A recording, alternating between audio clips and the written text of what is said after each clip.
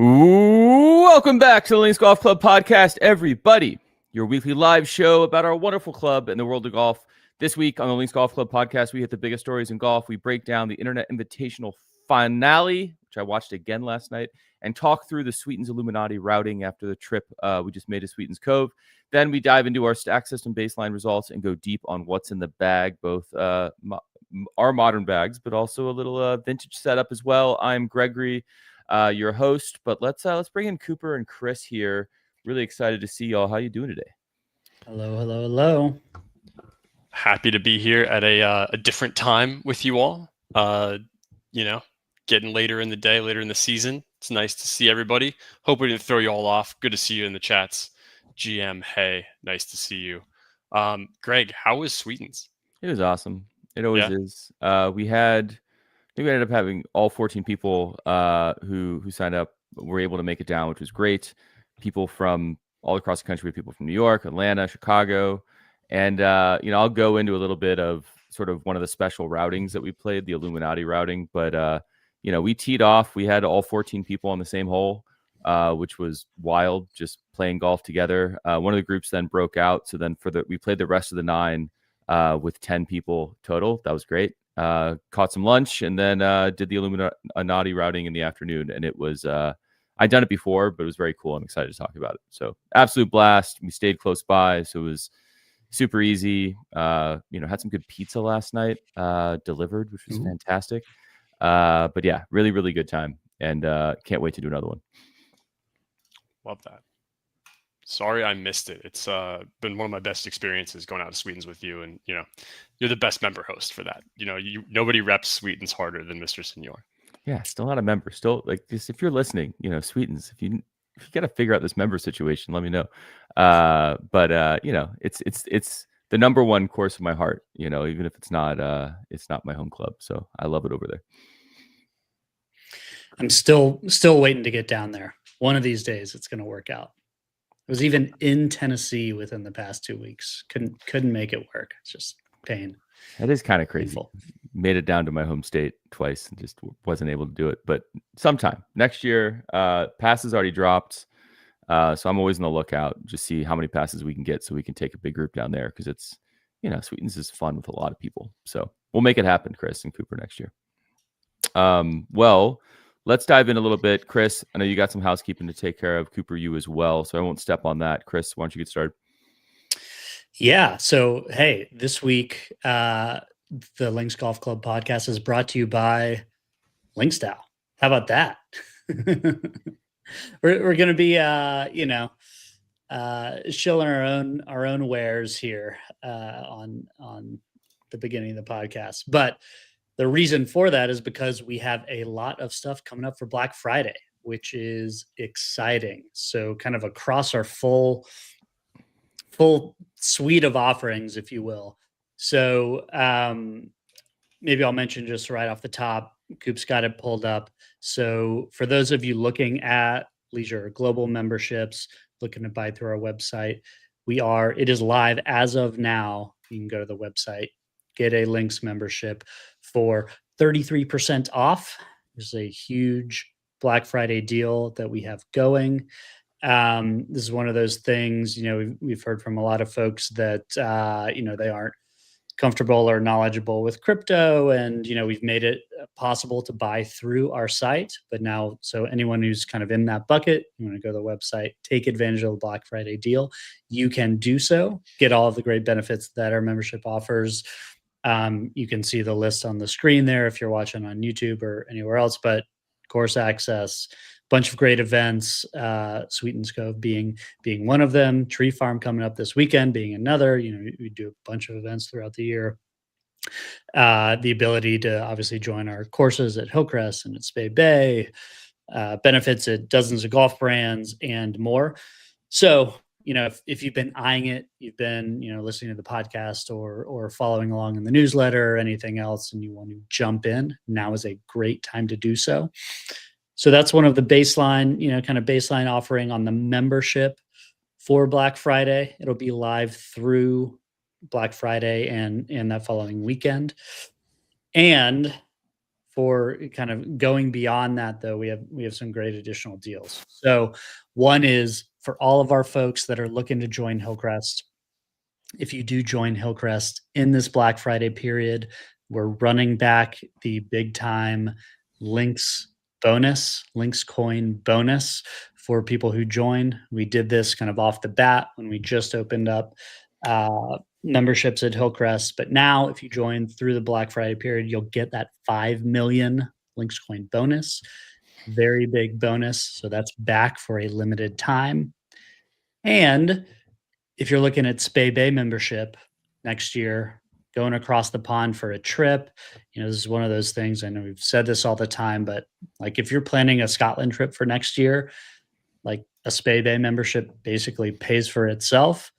So if you join now, you can lock in the 2025 price. Prices will be going up in 2026. So you can lock in this year's price, take advantage of everything over there next year if you're headed there. We'll even throw in a free We Bought a Golf Course t-shirt, get the vibes going for Spay Bay.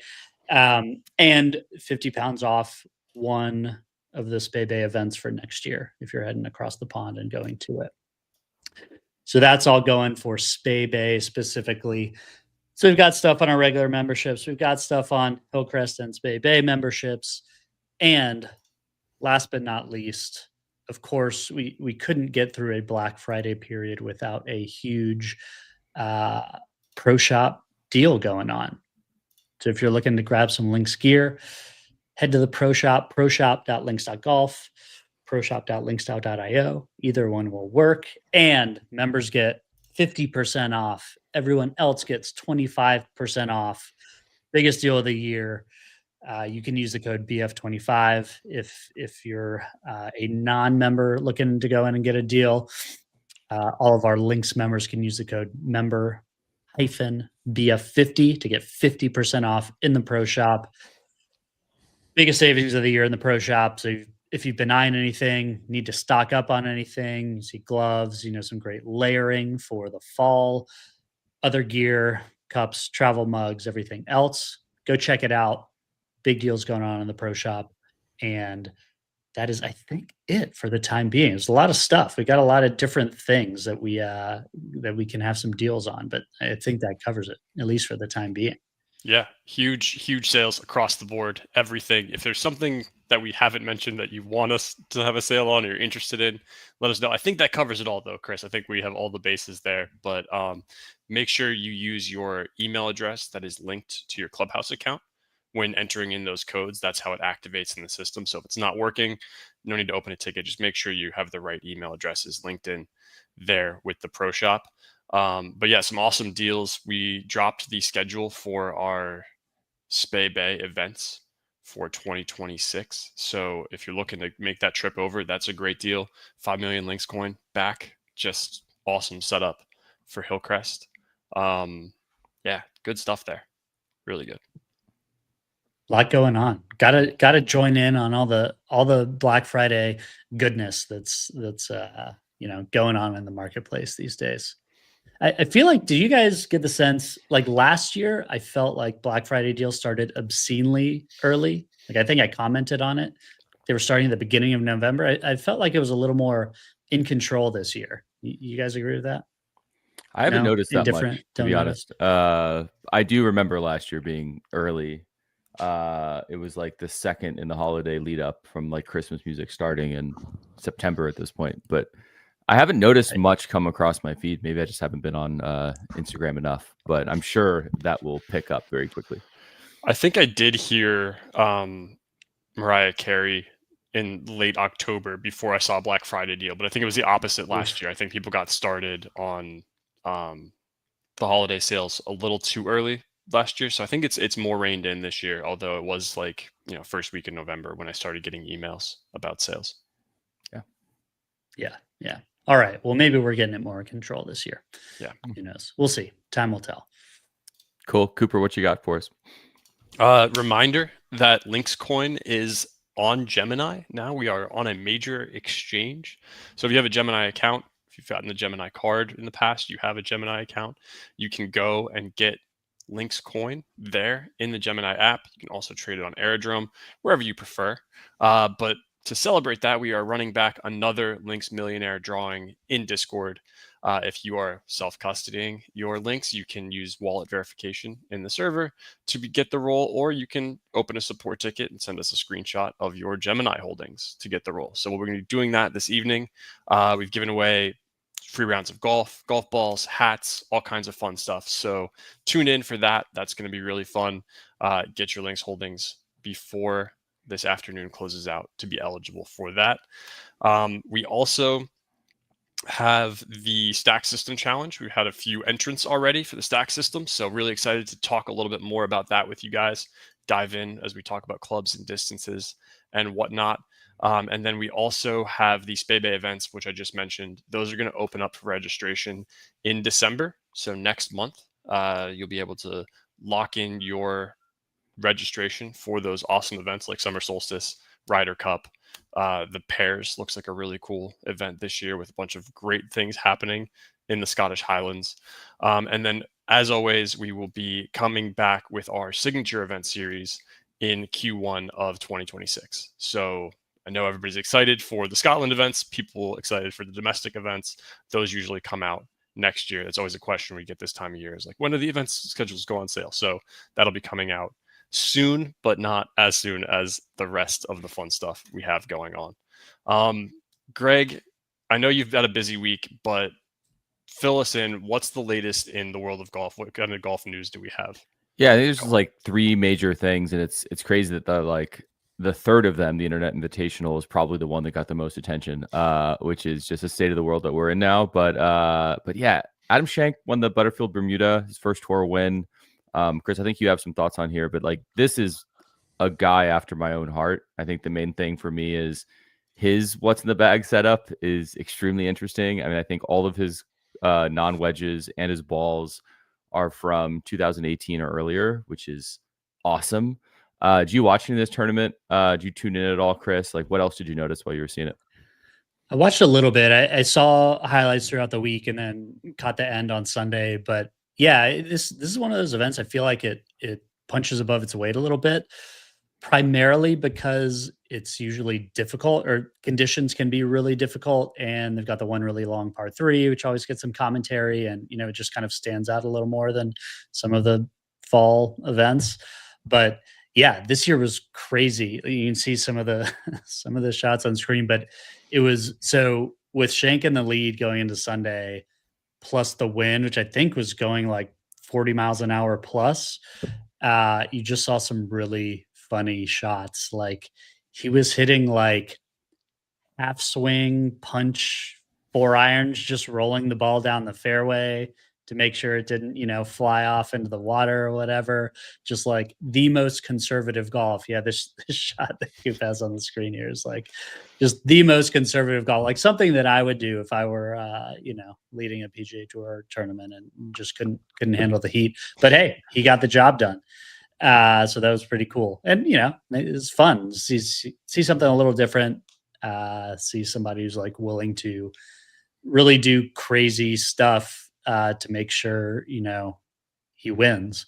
I saw some really good commentary on it. I think he was in the press conference after the win, just talking about his bag setup and how he thinks about playing. He's not as long as everyone else, and so he has to, think of other ways to maximize his game to have the chance to win and everything.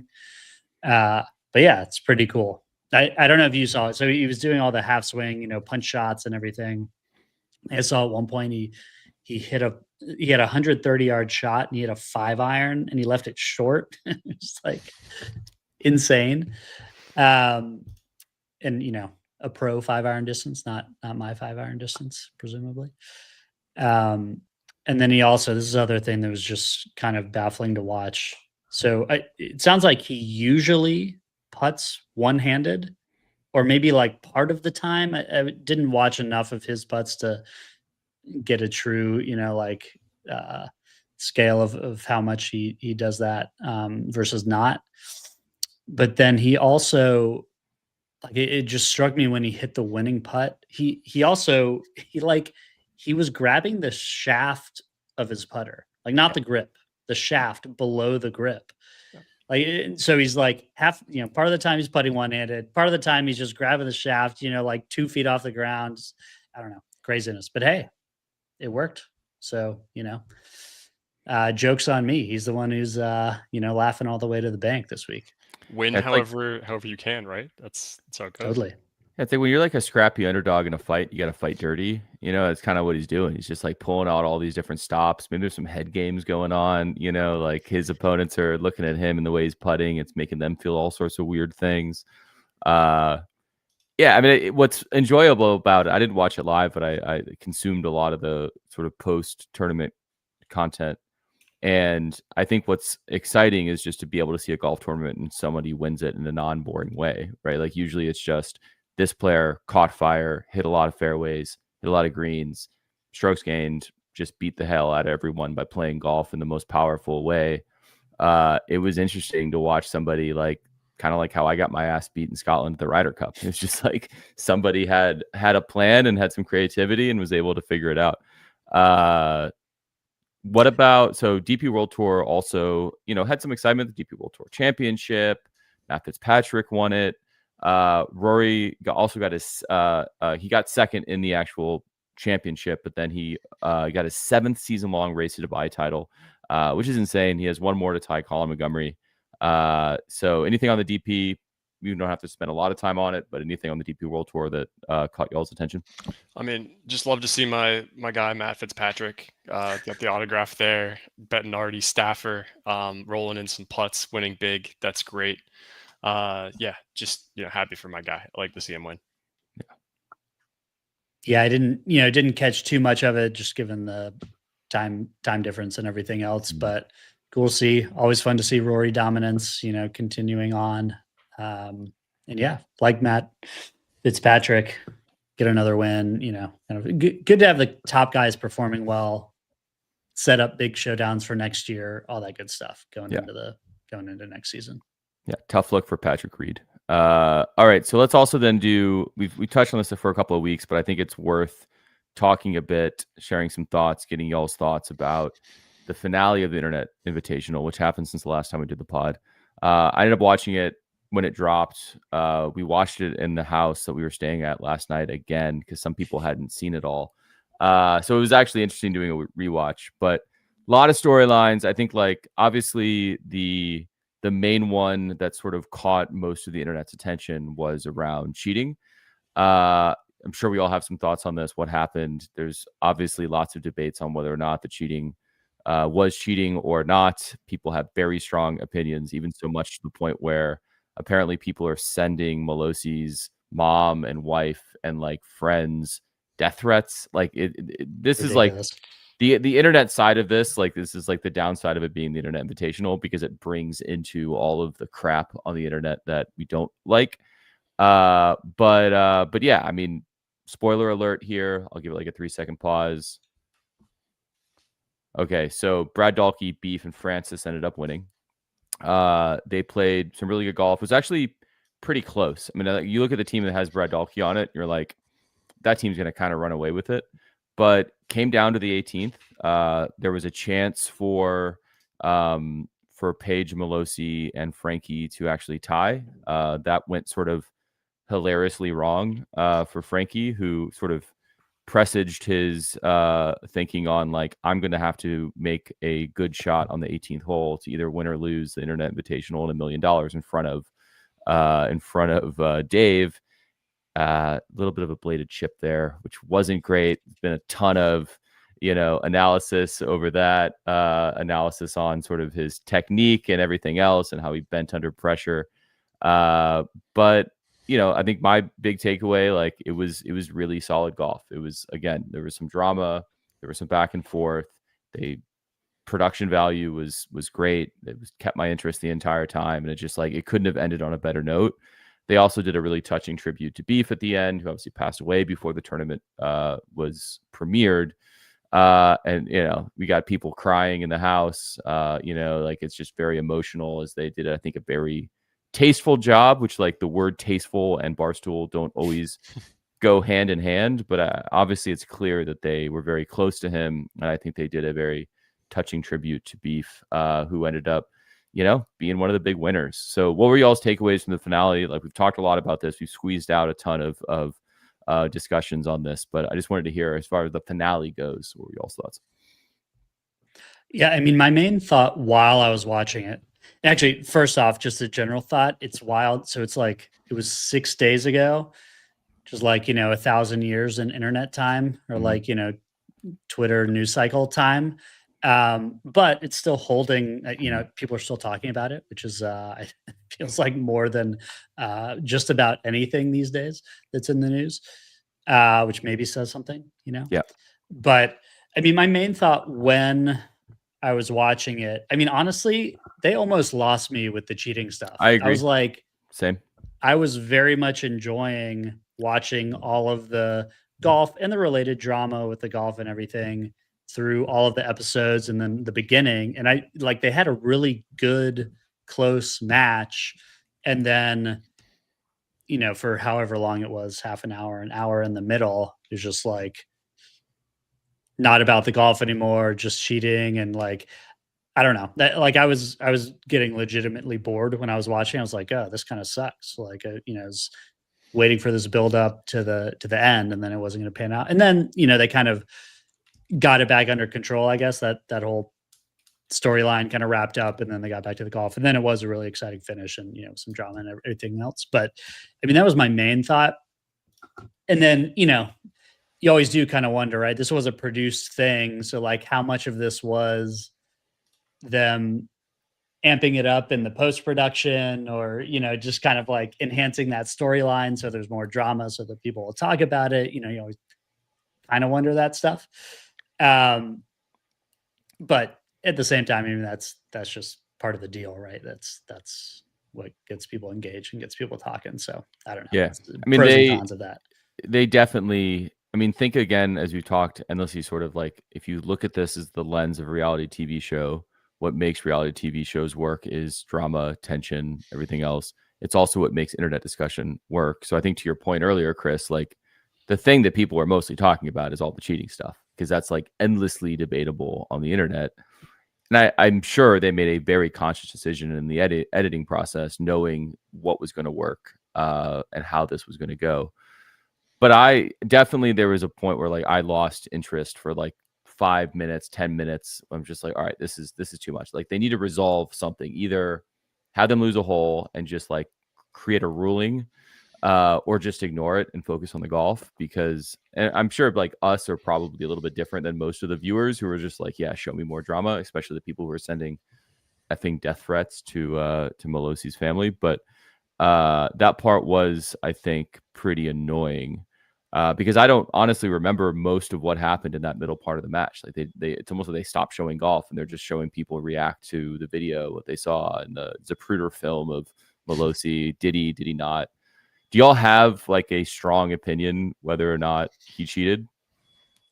Or Paige, Paige kind of lucked out here a little bit too, but yeah, Paige got overshadowed, I think, with the tall grass issue. I mean, there was a lot of commentary about how endearing people thought Paige was in the beginning of the match and the prior episodes, and then the last hour, people kind of turned against that team overall because of the accusations. And then people were, I thought one of the best comments, which was kind of glossed over, is like, oh, all of a sudden the team that Dave is betting against has like multiple cheating accusations in the middle of the round. I mean, I've never played in $1 million golf tournament, but that's got to throw you off your game at least a little bit. Sure. Then the Frankie Dave connection, that's obviously a big play there as well in the headspace. But I do think that it's pretty easy. There's 100 people out there. Somebody could have walked over while Melosi was on the green and looked at his rangefinder and like with the camera and been like, look, it's on the setting on the side. That takes 10 seconds and then it's over. Yeah. Right. And that's not, like we said, what people want to see in terms of content. So yeah, that lost me a little bit in terms of the development, but it was the drama. I was really kind of hoping for it to turn the way of Dave making a big offer and a bet and somebody taking a deal to turn the tide in like a captivating moment, and having that be the thing that everyone was kind of crazy. Like, would you or would you not take this deal? Right. You have, I was waiting for that. I was totally waiting for that. the classic golf Twitter, like, you have to beat Tiger Woods on 9 holes. He's only playing with 1 club, and if you don't, like, you go to jail for a year, right? Yeah. Like one of those classic questions of like, would you or would you not take this deal to win the tournament or walk away with $250,000 for yourself? I think would have been a better dramatic moment, at least for the golf side of things. For the people who love the reality TV side, I think it was exactly what they wanted. Yeah. I mean, that's why it succeeded, right? And that, like, as much as I would have rather just kind of enjoyed the rest of that golf, they knew what they were doing and they executed it. I also, for what it's worth, it's like, I mean, the slope on your rangefinder isn't going to give you that much of an advantage, even if it was on. It's like the stupidest thing to argue over.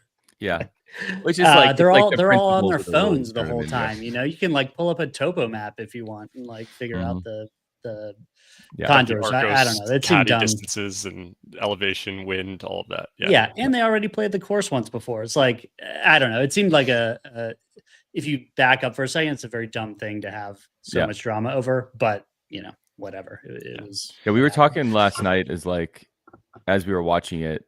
Number one is if I played in a competition like that, I would absolutely buy a no slope rangefinder. And then that way you can just be like, it's not a slope rangefinder. It's just easy, like starting off that way, and it's not a thing, just to avoid any of that. Secondly, it's almost like the manufacturers, it'll be interesting to see if manufacturers take this and say, like, we need to make it more apparent when slope is on or off, because it is really hard to tell. Like, I have a Precision Pro in the top. It has a toggle switch. The toggle switch, I think, is green if it's on and not if it's not. But like, you wouldn't be able to see that as an opponent. And to your point, Chris, like, it's not that huge of an advantage. It's more like the principle of fairness and the rules and everything else. But yeah, I mean, cheating is bad, right? So it's almost there's almost like a silver lining. My hope is all the people who are watching this see what it's like, not to the extreme of that's happened on Twitter, but see what it's like when you get called out for cheating and less people cheat. It's almost like the same with Yip Strickler. And like, my hope is that over time it reduces the amount of cheating in golf, because the most important part about golf is it's a game of integrity. So let's move on to I want to just kind of take a couple minutes to show the Illuminati routing. Coop, is that something you're prepared to show up on the screen? And listeners, I'm sorry, but I do, like, we talked about the Sweetens event, and it was a blast, and like, so much about Sweetens is going to be there with other people and having a good time, and that's like kind of what makes it special. But one of the things that, like, I think maybe some people might not know is that there's multiple routings in Sweetens that you can play. One of which is a par 3 routing. Coop, you and I have played that one. The other one is what they call the Illuminati routing. The Illuminati routing, there's a scorecard in the clubhouse, and you can go play it. And basically what it is, what you're looking at here is, the golf course itself. So at the very top, you can see the first hole running from left to right. The top left of this image is the shed, the shed where, there's also a food truck up there. There's the putting green and the 9th hole. So what's interesting? Go ahead. Before you go into the Illuminati, just spend 2 seconds talking about like the normal setup with like the 2 flags, 9 holes. Yeah. Good call. What is it normally like? Because I'm sure many people haven't been there. So what it's normally like is it very much plays like a links course with sort of golden age template holes. There's a Biarritz, there's a blend between a short and a Redan, and every single one of those very large greens has 2 pins on it. So it's a 9-hole course, and you typically play, usually because it's an all-day thing, you shotgun start, right? You go to the shed, you check in, and you start on whatever hole they put you at. But if you were playing the golf course on hole 1, you would start on the first tee. You would likely, depending on what tees you're playing from, you're probably going to play the blue flag first, is what they recommend. So number 1 is a par 5, and you play that. You locate the blue flag, and that's what you put out on. You go around the property on the edges, and then the routing takes you through the middle and ends you back around where you started with the 9th green. And so the normal way to play it is you do the front 9, you play to the blue pin, then you do another loop and play 9 to the white pin. And they're very different golf holes with those pins, right? You have different angles into the greens. The green angles matter a lot. Like on the 8th, if you're going for the left pin and you're on the left side of the fairway, with as hard and fast as the greens are, you have a very small chance of holding with a wedge.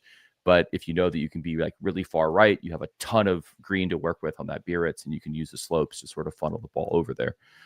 So that's the normal way to play it, quote unquote. Right? 2 pins is not normal on a golf course. But with the Illuminati routing, as you see all these different numbers and lines, you play all the holes in different ways. So like 1, for example, you can see over there in like kind of the bottom left quadrant. You tee off sort of in the fairway. There's a location in the fairway. There's not a tee box, but you sort of just have to find it. And you tee off from there onto the 8th green as a. Is it marked? Like, No. is there a, no, not at all. Not marked. Something like Yeah. that. Yeah. Not marked at all. So you're hitting, you're hitting towards that Biarritz number 8 to the white flag in that case. And so it's like a, 138, 140 yard shot. But you're starting off with a par 3 instead of a par 5. And then you're just making your way around the golf course, which sounds crazy because you're like walking across fairways, you're waiting on people who are playing the normal routing of the course. But in this case, especially when they're cart path only, we had to walk this. We could not, because they don't allow any carts on into the turf in the fall. So once you finish up off there, then you're teeing up right next to that green, and then you're playing what is, 1 normally. You're playing that then as a par 4, hitting into the first fairway and then finishing off the normal first green. Then you play 3 as a really long par 4. Usually it's really short, brings in a ton of force carry, which usually 3 doesn't have that. It's like a pretty straightforward hole. 4 is, I think, my favorite. You tee off on the tips on the right side. You see that par 5. You have to hit a great drive into that fairway, and then you cross over and have to hit like a 200-yard shot onto the par 3 4th green, which is the largest green on the golf course. That's a really, really fun shot to hit because it's basically blind. You don't know how much room you have, and you think that you have to carry it a lot further than you actually do. But hitting that green is really hard, but it plays like a par 5. Then you're like hitting over water down to that green sort of at the bottom middle, which you don't have to do on any other holes with Sweetens, but you actually have a water force carry. That's like a 130-yard shot that you're just teeing off next to the green on 4. So I won't like go through the rest of it, but it gives a kind of taste of the creativity of like, we have this golf course and you can play this golf course a single way, but you can also play it in a remarkably different way. And they're completely different golf holes. Like it's not, obviously you're playing to the same greens, but it's forcing you to hit shots. And I think it's like really, really hard. It's a test, especially that 4, when you're having to hit that force carry onto the 4th green, is a really, really tough. Like it's a question that it's asking you, can you hit this? And you have to step up and hit it. And it was really fun. I mean, I'd done it a couple years ago, but I hadn't kind of remembered some of the stuff, and it was just a really, really, really, really fun time. Yeah, one thing that struck out to me is I think before I ever made it to Sweetens, you described it as a golf playground. Yeah, right. And it's the grass is mown pretty short in every direction, and the ways that you can play this course are so interesting. I didn't have the pleasure of playing the Illuminati routing, but it's such a testament not only to the design, the original King Collins design, the quality of the land that's there, but also, the current management to put together these exciting different ways to play the course so that, it's someplace you want to keep coming back to. It's a place where you want to stay overnight and play multiple times. And, the fact that the green complexes can handle most of them 2 pins and you can be approaching these different directions. It's just a remarkable piece of property. Chris, I saw you on mute. I'll let you chime in. Yeah, no, I was curious a little bit. Like, so this looks like a picture of a legit scorecard. Like, do they hand this out? Do they tell you to go play this? Is this like, the secret menu in and out? You have to ask for it and then they give it to you. Like, what's the deal here? I think the secret menu in and out is a very good comp because it's known. It's not like it's completely secret. They do have them sitting there at the pro shop or the shed. When you're, if you're going in there to buy merch, you likely will see a stack of these, right? But you have no idea what they are. So you have to ask. And it makes it hard. Like, unless you really want to walk, which I still, as much as I love to walk golf courses, I typically recommend carts out there because you just want to play as much different things as possible. Right. And you have a day pass, right? So you're like, and you have a day pass. You're Yeah. going to play a lot of holes. Yeah. And typically you're going to do this at the end of the day, right? Because people start to thin out. People start to go home if they're not staying there. And we finished this up. It was pitch black outside. It was completely dark. But yeah, usually you're going to play it when the court, there's only usually around 40 people there anyway. But then towards the afternoon, you know, most people are leaving. We still had to wait. Like there were some people on the 6th green while we were trying to hit that little par 3 shot over from the 4th green. We had to wait for like 2 groups to go through before we could do it. Usually, you know, at Sweetens, you just like move around if there's someone in front of you. But since we were walking, you know, we just had to wait a little bit. So that happens. But also people's expectations out there are, if you're playing slow, it's because you're having fun. So I'll just go around. And if you see someone hitting golf balls in a very weird way, like we were, you're just like, oh, they're doing something crazy, but we're not going to like go complain to the clubhouse about it. You know what I mean? Yeah. Yeah. I mean, this is definitely, it has a lot of kind of Spey Bay vibes, or there's definitely a bit of that, you know, when we were thinking of Spey Bay as well and the work being done, right? Like open it up, clear out some of the gorse, you can play. Obviously, the thought of being able to go in reverse, right? So there's 2 routings there, but then thinking about how you could do other cross-country golf, other routings, that kind of thing. Super cool. It really, really kind of cool to see how they make it all work. Yeah. And I've looked at the routing in space so many times to figure out how you could do something like, it's harder because it's out and back routing, right? Like what makes this work is you have this this very compact and like not a lot of trees in the property, so you can envision all these different shots that you want to hit. Spey, it's harder because you're like maybe just hitting over the ridge line. I mean, the members do have, let alone like the reversible course that will be there. You know, members do have like a 7-hole loop that they play, right? They'll play, you know, if they want a quick something, it's an easy walk. You don't have to get all the way down to the 8th. And so there is some like, you know, creativity there. But yeah, I mean, I've said this before, and like Spey to me is eventually, especially with the reversible, it's like it has this type of experience, and it has a similar vibe as Sweetens, which is I think why I like both these courses so much. But yeah, thanks for indulging me. And I think like, you know, I see, you know, Brian and Fez and Dan in the chat, like they were the ones who played it yesterday. So shout out to them for trying something new and having a ton of fun while just walking around and, you know, spending 14 hours playing golf. Correct me if I'm wrong. They're adding more golf holes to the property, right? Did you see any of that work going on? You get any sneak peeks of what's happening, and what are your thoughts there? Yeah, at least yesterday they were doing burning. They moved a ton of stuff, and then what is it they're adding? Is it a par 3? Par 3, and then lodging? Yeah, it's gonna be a fully lit par 3. Nice. Then they're adding a distillery for their bourbon, and I think a restaurant, and then lodging, which they haven't had. And then they're going to move. There's a huge like Himalaya style putting green next to the shed. They're going to put lodging on that, and they're going to build a much larger putting green that's apparently much crazier than the existing one, which is already pretty crazy. So you'll have a brand new putting green that's huge, then a fully lit par 3, and then lodging, and then the restaurant and distillery.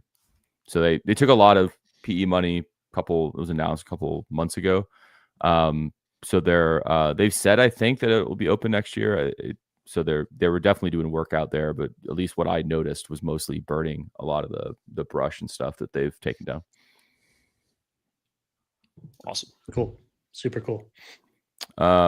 Sweet. All right. Well, let's move on here on the agenda. Talk a little about stack system. I think since we're doing this competition here, I think the 3 of us at least have the ability to share where we were at the baseline. A bunch of people locked into this competition. There is a Discord channel where people are sharing their baselines. Again, as Cooper said, we have a competition going to see who can get the best sort of, let's say, proportional gains against this baseline. So kind of explain how this works, and then we'll go through ours. The first time you do stack system, there's a baseline session that you do that is trying to sort of capture where you're at that moment in time with speed. So you actually swing a driver without a golf ball, and then you swing a bunch of different weights. You do a lead arm and a trail arm swing. And then it effectively establishes what your sort of baseline e-speed is, and then your baseline speeds are at all those weights. And that's what's going to be what we're comparing at the end. to see like sort of who's gained the most. So this is my second baseline because I'd done the baseline. I did the first sort of foundation program, stopped doing it for a couple of months, took it back up last week. And I was pleasantly surprised that like my baseline was actually higher than the baseline I had before. So even though I haven't been speed training, even though I've actually been focused a lot less on speed during the playing season, I was faster than before, which was cool to see because I actually never did the end assessment on that foundation format. So did y'all have similar experiences, different experiences? Sort of how was the baseline? Where are we at? Let's make sure that at least it's it's known. We're going to put ourselves out here that as we chase speed. So how was your all's baseline sessions? Yeah, I mean, mine was, I guess, about where I would have expected. So it was just kind of speeds across the board, lower than where I ended up at the end of last winter, but higher than where I was at the beginning, doing it for the first time at the beginning of last winter.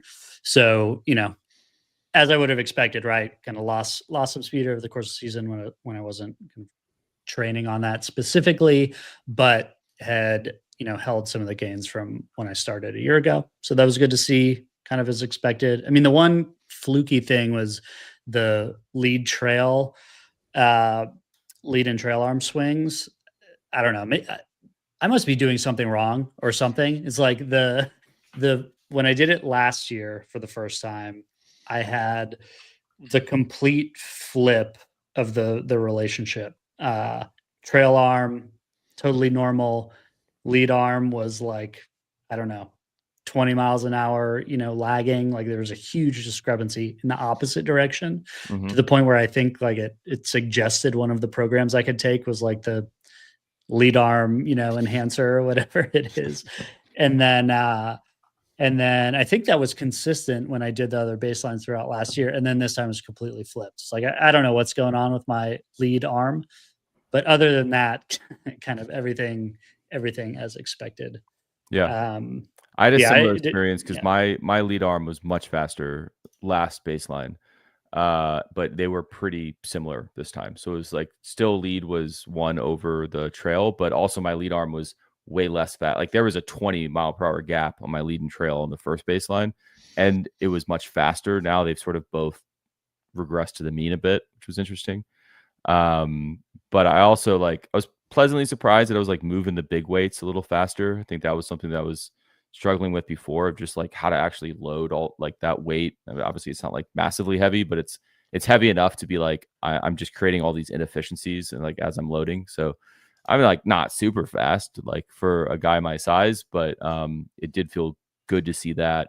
And then obviously, the ego of seeing the driver baseline be higher than last time like helps. Hopefully that shows that it's working, but we got to get a lot faster over the winter. Yeah, I'm going to attempt to be more diligent in like, they give you like full swing reps and max swing reps and, kind of trying to stick more specifically to the program that they're giving you, like not, swinging out of your shoes all the time just to try and hit the number, trying to stick exactly to the timing of the workouts and everything. See if that makes a difference. The other thing, which I don't know how much to read into this, but like Greg, what program were you suggested, or like what did they start you on after the baseline? I think it was just the foundational one. I don't remember exactly. I just did the one that was there. I know there were some other ones, but I think it was the foundation one. And that's the one I'm doing again. I noticed that there were more than I thought there were before, but yeah, I'll be doing the foundation one again. Yeah, because it put me into the neural drive program, which I don't know what to read into that necessarily. Okay. Or maybe it's because I completed the foundations. I don't know. Sweet. But we'll see how that goes this time around. I wanted to point out, I won't dox, but you can pop into the links Discord and see some of the other posted ones. We're talking about lead arm, trail arm disparities. Shout out to the person who posted this if you're watching, but 23-mile-an-hour difference here between trail arm and lead arm. That's going to be pretty cool to see how that shakes out over the course of the season. Definitely cool to see the baselines. I have not yet gotten mine in. I found out that the ceilings in my apartment are too low to do this, and I've had some bad luck with. You don't want to repeat your broken drop ceiling. No, with the 280 gram weight going through the ceiling. So I'm going to try to get mine in here ASAP and compare. But yeah, I mean, definitely cool to see how we all play golf, and I'll share that this golfer is one of the best golfers in links. Definitely one of the lowest caps, really performs on the course, and just, what works for some people, swing your swing, right? It's really, really interesting to see, and it's going to be cool to see how these scores play out over the course of the winter as we do more swing training. But drop your baseline. You've obviously missed the entry deadline. I did as well, so hands up on that one. But if you want to compete, you want to get your stack system and see how this plays out, like drop your baseline screenshots in the Discord and see where you're at. Yeah, and we'd be remiss not to say head to thestacksystem.com/linksdow to check it out too. If you haven't jumped on board, want to check it out, do some of that this winter. You can get 10% off through that link, or 20% off if you're a Links member if you go through the clubhouse. That's right. So some good stuff there. Still plenty of time this winter to get the speed up. Yeah, I'm excited. 114 is impressive though, Chris. I'm stoked for you. That's great. I'm the least fast of the three of us. So y'all are on the driver's seat. Yeah. Well, we'll see. We'll see how it all, doesn't matter where you start. That's right. That's true. That is correct. All right. So let's do a little kind of close out here. I think a lot of like our mind is probably naturally drawn to starting to get to next year, 2026. I think we started this podcast talking about goal settings last year, and like where we wanted to end up, and the work that we were putting on.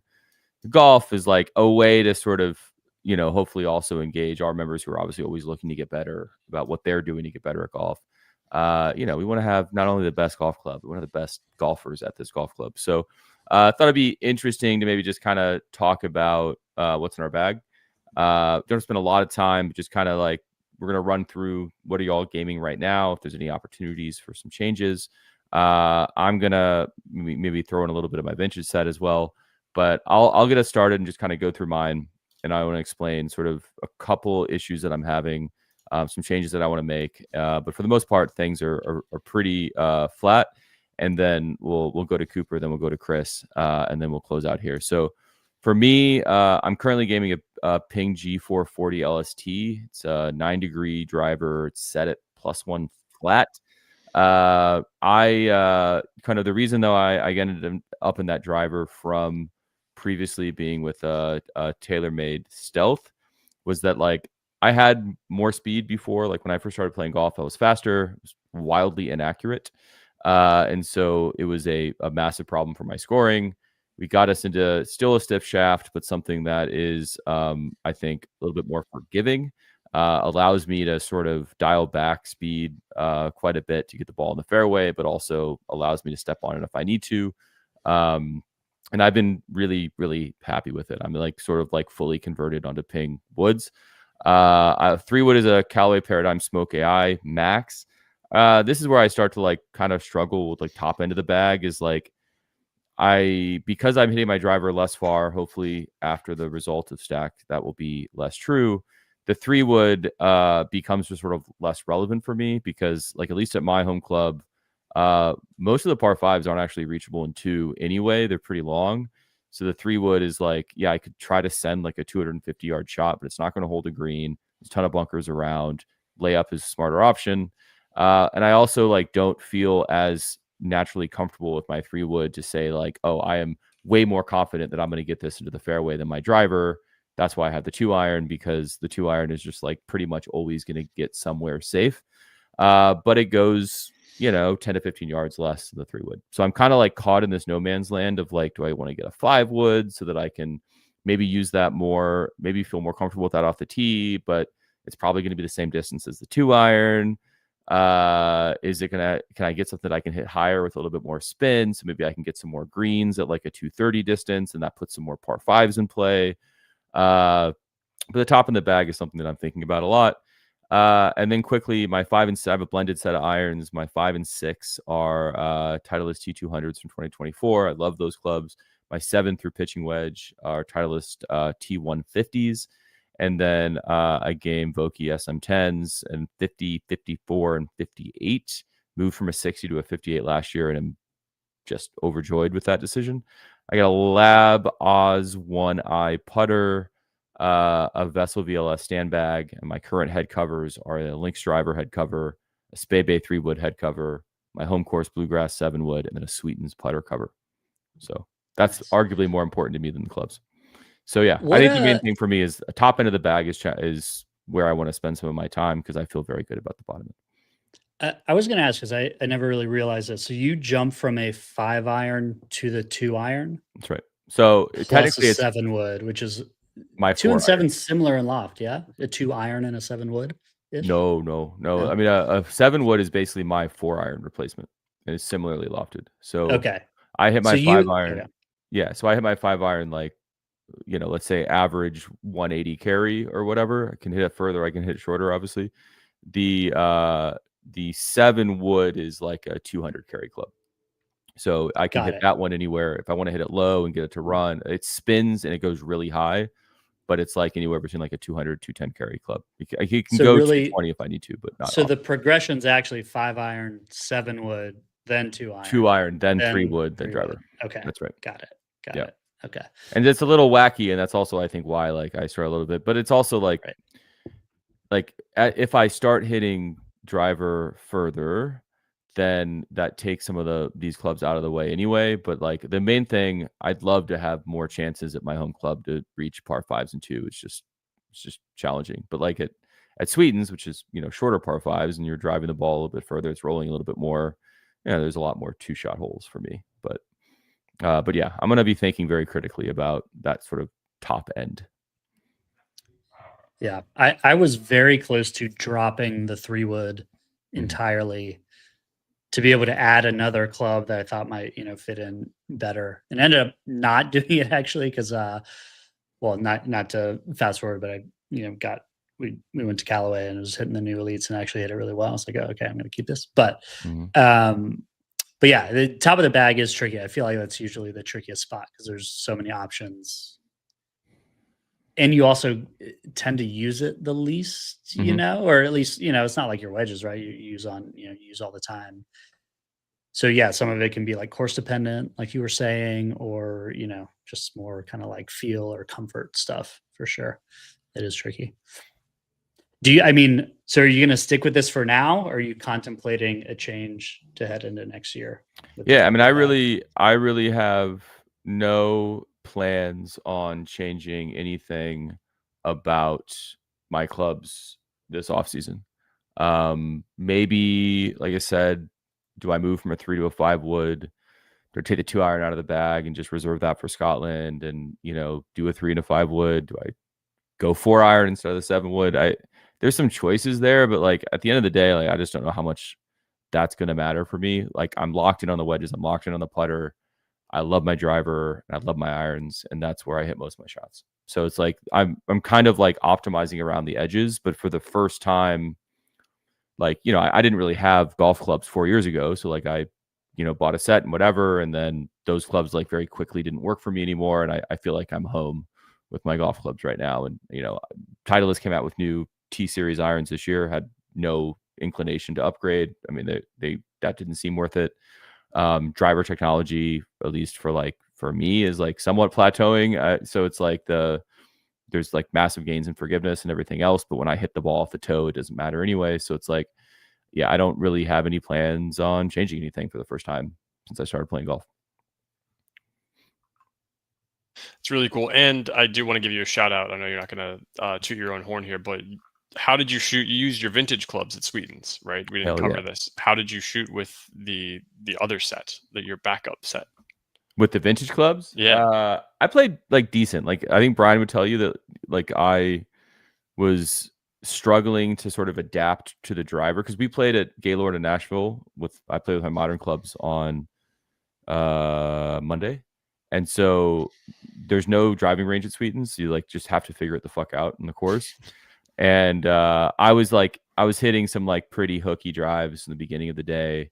Irons felt really good. The new wedges are so much better than the wedges I had before that I swapped out like shout out to Tom Watson's scoring system. Awesome. Those Ram clubs are cool. But yeah, I mean, I think I hit my irons really well. Once I sort of figured out the driver, was feeling really good about that. I think the fun thing about hitting persimmons is like you can, hit some sort of higher drives, but a lot of them are just like so medium flight. They just roll forever. They don't spin very much. But if you don't hit the center of the club face, like who knows where? Like I had a toe shank that like went right. I hit a couple of hooks, but for the most part, I think played really well. Like I'm at the point now where I might just play vintage golf clubs forever because like, I shot as well on the last 9 that we played in the Illuminati routing than I've ever played at Sweetens with modern clubs. And so it's like, I don't know, just do that. It's awesome. It's great. Adam Schenk style. Yeah. To the extreme. Rock the mic like a vandal. Blow out the stage. I'll make you jump like a candle. Cooper, tell us about what you got rocking right now. Yeah. As you can see, I got 3 head covers in here right now. This one is not usually in my bag. That's the TaylorMade burner mini driver, which I was rocking for a little bit last year. And it's a very intermittent selection, it's like course dependent, right? Like I might pull it out once a round.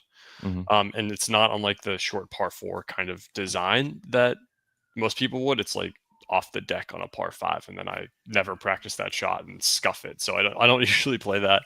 Got the Callaway Elite at the top of the bag, followed by a 5 wood. So that's my gap there. Straight down into the 4-iron through pitching wedge in Apex.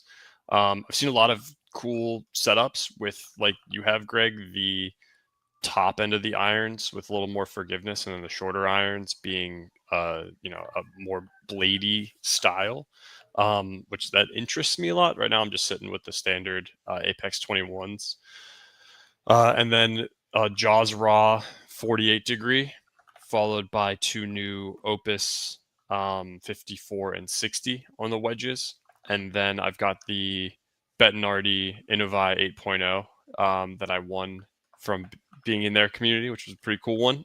So love that putter. That's a really, really exciting one. In the Vessel Links Ethereum bag. Always fun to see those out in the wild when we get those out there. So love the setup right now. No real complaints about anything in it. The only thing that I would really consider on the top end of the bag is that driving iron. We were out at Callaway headquarters, got to hit some of the clubs and got fitted. That like UT 20 degree driving iron just like crushes, especially you're playing a lot of links golf, you're playing in the wind, you're playing on harder rollout conditions. Greg, I know you gamed that at Ryder Cup, the ping side of it. It's just a really good option to have that I'm missing right now, that I would consider. But I don't see any reason to go to 3 wood, right? Like I'm looking at my gapping and it's like driver 280, 5 wood 250. Like I'm not going to catch anything in the interim there that's going to be too forgiving. And if I really want to mess in that area, I've got the mini burner to kind of pull out for some gaming. What do you hit when, let's say you have to hit a drive that the only possible outcome of that drive is running through something, right? Like a driver's too long for that shot. Mm-hmm. Do you hit 3 wood off the tee in that, or do you go all the way back down to like we have? You don't have a 3 wood in your bag now at all? You just have the 5 wood. I don't even own a 3 wood. So you hit 5 wood, or do you go further down to an iron? There are a couple of holes where running through is an option in the courses that I play regularly, my home courses. I'm pulling 4 or 5 iron because I'm hitting. If I really hit the 4-iron, 230, 240, and 220 with the 5 on a pure carry. So if there's wind in the face and I'm playing the tips, I might pull the 5 wood. But usually, it's that 250 carry or 250 rollout that I'm trying to avoid, which the 5 wood can sometimes be in danger of. So how far were you carrying the driving iron that you hit at Callaway? Oh, that's a great question. I don't actually know the answer to that off the top of my head, but it would probably have been pretty comparable to that 5 wood range, just lower ball flight. Okay. Yeah. I mean, you and I are obviously built differently with our swing speeds, but like because the reason why the 2-iron makes sense for me is because I can hit it so much further than my 5-iron. But even a 4-iron for me is probably the same as my 7 wood. It's going to go 200, but I want it to go 250, but that's the furthest it can go. Like it can't go 260 or it's in water, or it can't go into 260 or if it's in rough. You know what I mean? But I'd be very curious to see how far you hit it, because like for me, the reason why the driving iron makes sense is because like if I'm not feeling my driver, I'm not feeling my 3-wood either. Like it's just it's me not hitting woods. Like but if I'm feeling my irons, then like it's really comfy to sit there with the driving iron, look down and see it as the same shape as a 7 iron and go get after it. So that's why it makes sense for me. But like I am always fighting being a good driver and being a terrible driver. There's no in between. Yeah, that's my whole game. Before I get a new club at this point, I would definitely do more practice, more sim this off season, some of the stack system, right, and try to dial in my dispersion, because that's really where I'm struggling the most at the top end. I feel like I have my bases covered in terms of like distance and carry with driver, 5-wood, 4-iron. Yep. Am I remembering correctly? Was it at the Ryder Cup? I think you were just going 5-wood everywhere, right? Like off the tee, just to, tighten the dispersion a little bit from the driver, but still get some distance. Felt like you were playing that really well. At least yeah, on courses like Spey Bay, especially Ryder Cup. Not Ryder Cup. Ryder Cup was one, but also this was a lesson I learned from 100 holes in Solstice. When you're playing the whole course 4.5, 5 times, you don't want to lose balls all the time.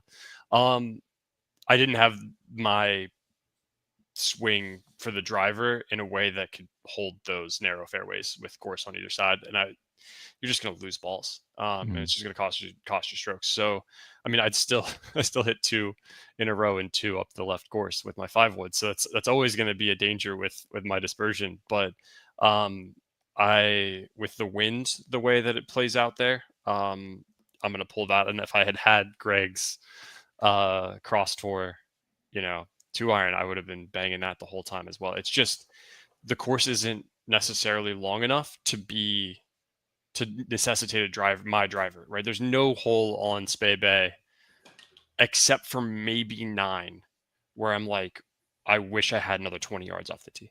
Like it's just, I don't need it. So, if I can keep it on the planet, on that course, I'm going to do it. Cabot Citrus Farms, on the other hand, right? Like I'm going to just wail on it with the driver because it's fine if I'm not going to lose the ball out there all day.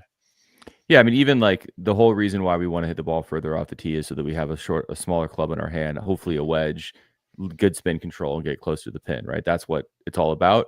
Yep. Spey Bay, that doesn't matter because it takes those wedges out of your hand. So you're just bumping a 9-iron anyway. So what's the difference between bumping a 9-iron from 80 or 120? Or if you're Trish, you're putting it in from 120. It doesn't matter. You can putt it it doesn't matter. I don't think I'll even take my driver to Scotland in the future. I'll just I don't know what I'll do, but I guess you might need it on the 8th hole if the wind's in your face. That's a good point. I could be clubbed out of that situation. I hit a 5-iron, so why not more win? I assume there could be more win. All right, Chris, bring us home. What do you got going on right now? What are you looking to change? How are you feeling about your setup? Yeah, I've had a bunch of changes this year, kind of following up from the Callaway visit, where a bunch of us went out to Callaway HQ and got full bag fitting and everything, got to try out a bunch of the gear. So I'm almost completely transitioned over to all Callaway clubs. I'm like full on ambassador at this point almost. But starting at the top of the bag, the Elite Triple Diamond driver, which I think I've mentioned this on the pod before, but I was always a little skeptical, as incremental improvements in the driver every year. As they always say, it's 8 yards more distance. It's all marketing, whatever. But I think I've added a solid 20 yards in off my driver by upgrading. I was in, like a 15-year-old, it was a Titleist 915 D2. So it was, I had a bunch of generations that I was skipping to get there, but it's been astounding, honestly. Like I did not expect this, and the performance has been way better, both general distance and also just, when I'm hitting it off center, it's going straighter and longer. So that's been kind of wild, but have been loving that. We've got the Ventus Black shaft in there has been great as well, because I tend to hit the ball crazy high, and that keeps it going a little lower, which I think is good. Lower and lower spin. Although word on the street is Callaway has another leap forward coming in the driver this year. you heard it here first. But so I'm a little bit, we heard some of that there, that they're expecting big things this year. So I don't know. I just got a new driver. I don't feel compelled to get a new one, so I think I'm sticking with this one. But we'll see what all the stuff coming next year is. So I'm in the Elite Triple Diamond driver, Elite Triple Diamond 3-wood as well. Like I said, I was almost completely on board with just dropping the 3-wood entirely, basically like you have, Coop. It was like I never used it on the course, A, because of lack of confidence, and B, because the shots didn't really call for it, specifically on my home course. But then, two things. One was, tried out the new Elite Triple Diamond 3-wood. It was hitting it very well, so kind of gained the confidence a bit there. And ironically enough, or maybe not ironically, now I'm hitting the ball further with my driver. So there's actually a couple holes now where I need to hit 3-wood consistently, where before I was banging driver every time, and there wasn't a need to off the tee. But now I do have that at least like twice around on my home course. So, it kind of brought back the need for it, which was kind of interesting. But so that and the 3-wood, and then I have the Callaway UW 21 degree, which I've loved so far. I only got it like a month ago, and I haven't played that many rounds with it. But I'm loving it so far. It's like a good, they call it a UW. It's like between a fairway wood and a hybrid kind of, which is kind of nice for me. It was replacing a hybrid 21 degree that I had. What's the shaft on that? This is the Graphite Design DI. It's the orange, the orange one. Orange looks cool. You see when people use. Yeah, that's always fun too. I had that shaft on my previous driver, so I have that one in this, which it launches a little higher, but that's fine with that club. For me, where I kind of don't want it on the driver. But that is similar to both of you and probably a lot of people. I am kind of thinking through like top of the bag. Do I want to change some stuff up? So right now I just go 4-through pitching wedge, all Apex Pro from 2021. And not, nothing else, no other hybrids or driving irons or anything. That's the one part of my bag that I haven't changed this year. I do have the new Opus SP wedges, 50 degree and a 54 degree. And the one holdout, I do still play a Vokey 60 degree M grind, just because I've tried a bunch, and that, I don't know, for whatever reason, that grind and the look of it is just what I'm after, and I couldn't kind of replicate it in the Opus wedges, and that was I don't know, got to keep that going. I'm so also that's the an one M grind holdout. guy. I'm also an M grind guy. Yeah, it's like the perfect. I've tried both lower and higher bounce wedges, and a few of the different grinds. It's like, I don't know, it's just the perfect amount where can open it up, can hit it square, feel good in the sand or off the fairway or off the rough. So I don't know. So still holding out on that one. So yeah, that's the wedges. I've also played with between 58 and 60 degree, and I've actually gone back and forth, like you were saying, Greg. But I currently have the 60. And then somewhere I've got the putter. I made the leap from the blade to the mallet this past year. Big leap here. We've got the this is like the AI-1 7, the nice. 7 model, one that Xander uses. I think Sam Burns, some others. But yeah, I just tried out a bunch of different models. I'd always kind of contemplated moving from the blade to the mallet. And, when like Scotty and Rory are doing that, it's like, why am I still putting with the blade? That seems stupid. So finally made the leap.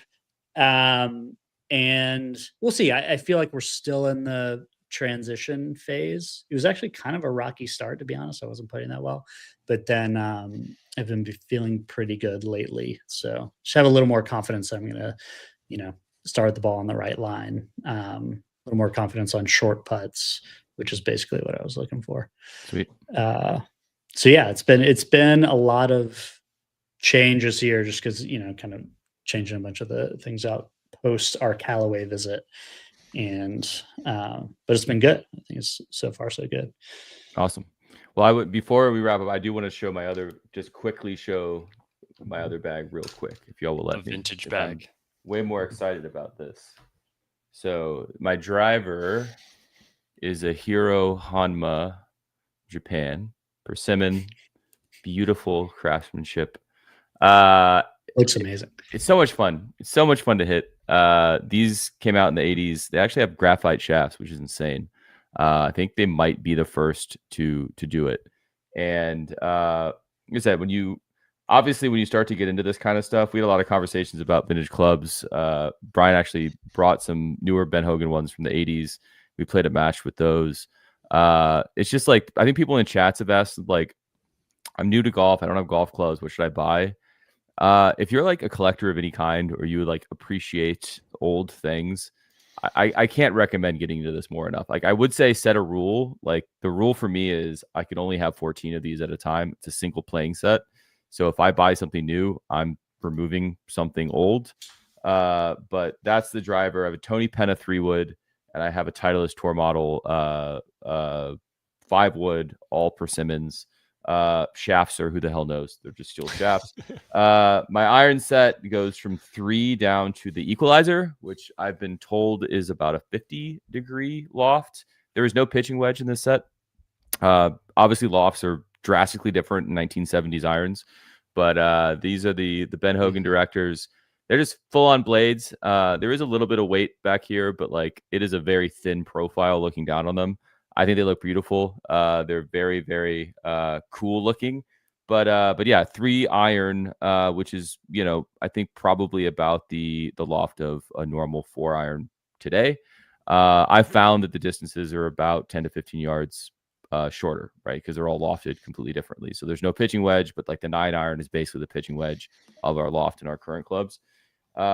Massive shout out to the man Tom Watson for partnering with Ram back in the 80s to make these. I love chipping with these. Yesterday I actually did not have enough confidence to try a flop shot early on, but I had to hit a flop shot with the 60-degree and maybe hit the best shot of the day for me. So we talk about grind and bounce, who knows, they just made these clubs. Obviously much less bounce than my 58, but my favorite thing about these are the guy who owned them before. I don't know how well this is going to show up on video, but the guy who owned these before was an absolute stick. See that wear pattern? Wow. Just right there. And the whole reason I bought these is because the wear pattern on these are like a dime in the center of the club, and I think that they probably have good juju. You're going to intimidate some people. Yeah, is that stolen valor? Are you misrepresenting yourself? Tell me about it. If I walk up, number one, people are going to think that I'm a weirdo by playing old clubs anyway. But I also show up with that wedge in hand on a par 3, and that has that wear pattern. I'm going to take somebody's money.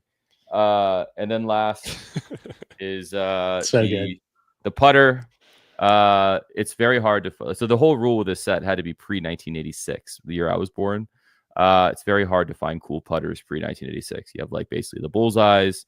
You have some stuff that McGregor was doing. Obviously, famously, Nicholas won the Masters with the McGregor putter.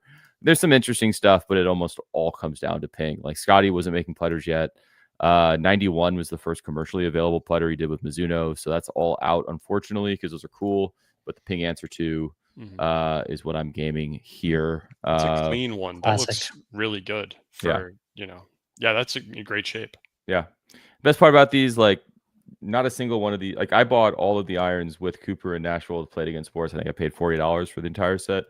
The wedges, I think I paid $20 for the 2. The putter, I think, was less than $20. The driver was the only one. It's Japanese, was the only one. I think I paid $90 for it. So it's fun to get into this stuff. And if you have trying to get into golf and you like old stuff, I cannot recommend it more highly enough to either go on eBay, Facebook Marketplace, go into Play It Again Sports, and just find something that fits your eye and just start playing golf. Because for me, like I said, I may just sell my new clubs and play with these, because there was not a single moment yesterday that I didn't feel happiness.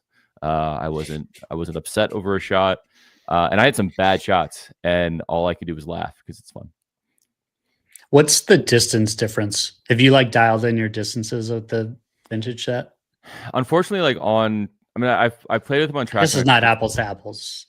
Yeah, Either, it's about, I think, a good rule of thumb. Like if I'm standing over a shot, I'm usually clubbing up one, typically. So like the driver, if I hit the driver on the screws, a really good drive, and like the spin, everything is good, it's probably going to carry around 220, and it can roll out depending on course conditions all the way to 250. But I have not registered a drive longer than that. And I was telling another guy in there who's younger than me and has much more swing speed. I was like, yeah, it's about how I hit it. He hit it 290, which made me feel pretty emasculated, but that's the driver. The 3-wood and the 5-wood, I don't really hit that much because they're pretty small heads. And then the irons are about a 1 club difference. So if I would normally hit a 7-iron, I'm hitting a 6-iron with these, depending. Which is kind of like a 2 club difference because of the loft differences, right? Yeah, yeah, 2 club and a half kind of thing. Yeah. But the other thing is like you get in the mindset of just like not really caring about precision that much with these, which is also fun, and just like executing shots. Like and again, you might hit a terrible shot because you hit it off the toe or the heel. But like when you pure it, I've not had a better feeling of hitting a golf ball than puring one of these blades. Like they're just great. It's awesome. Love it. Cool. Well, thanks for indulging me in that. I'm very happy with my vintage set, and I think all of us seem pretty happy with the clubs we have. Maybe there's some changes that we'll make, but like as we march towards the 2026 season, we got some speed training, we got some body adjustment to do, maybe a little bit of club adjustment to do, but maybe some mental adjustment to do, but super exciting. And we're all in this with y'all. So if you're thinking about changing out clubs, or if you have questions about clubs, throw them in the chat. Show us what you have, show us what you're thinking about. Obviously there's a ton of people doing the stack system challenge, so we're just trying to get better. We don't want to be sad that the 2025 season is ending. We want to be happy that the 2026 season is starting right now. So hit us in the chats. Let's talk about it. And again, everyone who came down to Sweetens, thank you so much for taking the time to come to a very special place. Everyone was super nice. Had a blast meeting some new people. Had a blast seeing some people I already knew. And to all the listeners, thank you so much for listening. To all the viewers, thank you so much for viewing. Cooper and Chris, thanks for taking the time, hopping on. And we will see y'all next week. Like, subscribe, and share with a friend. And check out Black Friday. Yeah, definitely do that for sure. All right. See y'all.